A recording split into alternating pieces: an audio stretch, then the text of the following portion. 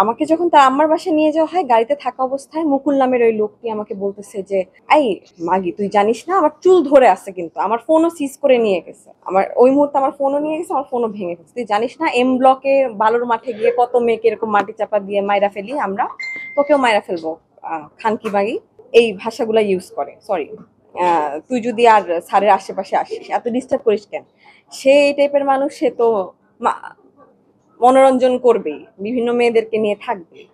যাই হোক, তারপর যখন আমাকে তার আম্মার কাছে নিয়ে যাওয়া হয়, তার আম্মা আমাকে কোনো ওই টাইপের কোনো আচরণ করেনি যে ওকে মারো বা সামথিং। আমাকে জাস্ট আমাকে বলছে আমার ছেলে আশেপাশে থাকবা না, যদি থাকো তাহলে আমি অ্যাকশন নিবো, মুনিয়ার যে অবস্থা হয়েছে ওই অবস্থাটা তোমার সাথেও হবে। তার আম্মাকে প্রভোগ করার জন্য এখানে কিছু লোকজন ছিল, যে এটা করে মুকুল নামের আর আব্দুর রহমান জীবন নামের ওই দুইজন লোক, যারা কিনা আমাকে মারতে মারতে তার বাসা থেকে তার আম্মার বাসায় নিয়ে গেছে বিচারের জন্য, যে তুমি তো থামবা না, তুমি তো সানভীর সাহেবের কাছে যাবাই, বসের কাছে, তো তুমি তার আম্মার মাধ্যমে করো। তার আম্মা আমাকে একটা সাদা কাগজ এনে দিছে, কাগজ এনে দেওয়ার পর বলছে যে এখানে তুমি লেখো যে তুমি এরপর থেকে আমার ছেলের সাথে করবা না।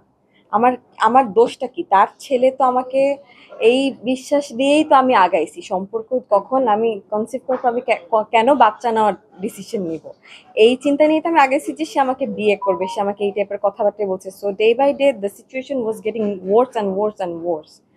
I had to make this decision যে আমার পাবলিকের কাছে আসতে হবে, অরেলস মুনিয়ার সাথে যা হয়েছে তা আমার সাথে হবে। ওই দিন রাতে আমাকে আমাকে মেরে ফেলতো, আল্লাহর অশেষ রহমত যে আমি বেঁচে গেছি, আমি অনেক ভয় পেয়ে গেছিলাম।